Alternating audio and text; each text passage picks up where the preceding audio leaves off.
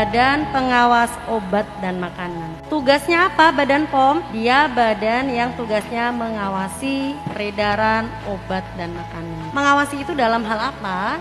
Dua hal ya Pak ya. Jadi dia untuk sebelum beredar kita akan awasi, kita akan lakukan penilaian terlebih dahulu untuk memastikan obat dan makanan itu memang benar-benar aman. Ketika sudah aman, kita berikan izin edar, barulah dia boleh beredar. Nah, kemudian kita melakukan pengawasan yang kedua, yaitu setelah pangan atau obat itu beredar, kita akan lakukan sampling. Di Indonesia itu stunting itu masih termasuk tinggi ya. Jadi stunting kondisi gagal tumbuh pada balita akibat kurang gizi dalam jangka waktu lama.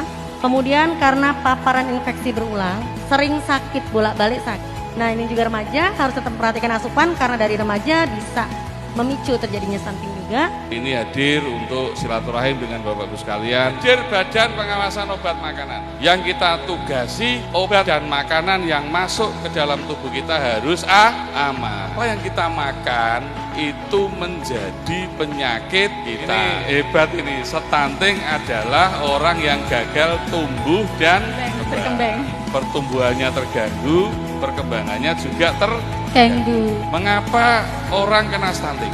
Karena bisa dari saat di kandungan itu kurang gizi istilahnya, asupan gizinya kurang, dan juga dari faktor ibunya terlalu muda bisa berisiko stunting. Orang hamil kurang gizi. Stunting itu kurang gizi pada 1000 hari kehidupan pertama. Itu mengalami kurang gizi. Badan POM cek. Jacqueline.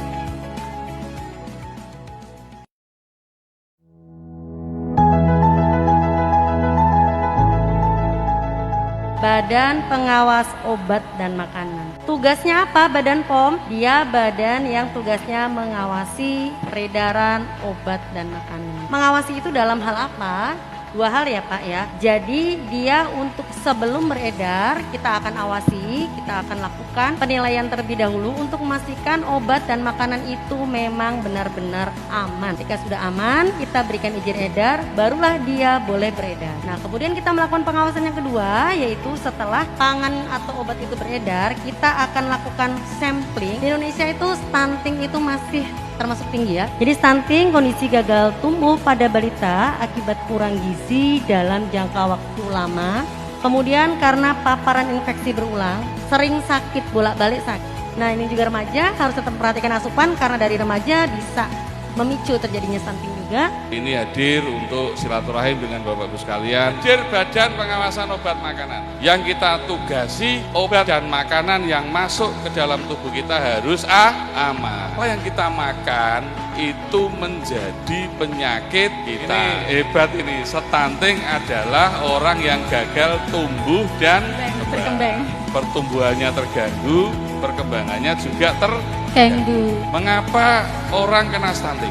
Karena bisa dari saat di kandungan itu kurang gizi istilahnya, asupan gizinya kurang, dan juga dari faktor ibunya terlalu muda bisa berisiko stunting. Orang hamil kurang gizi. Stunting itu kurang gizi pada 1000 hari kehidupan pertama. Itu mengalami kurang gizi.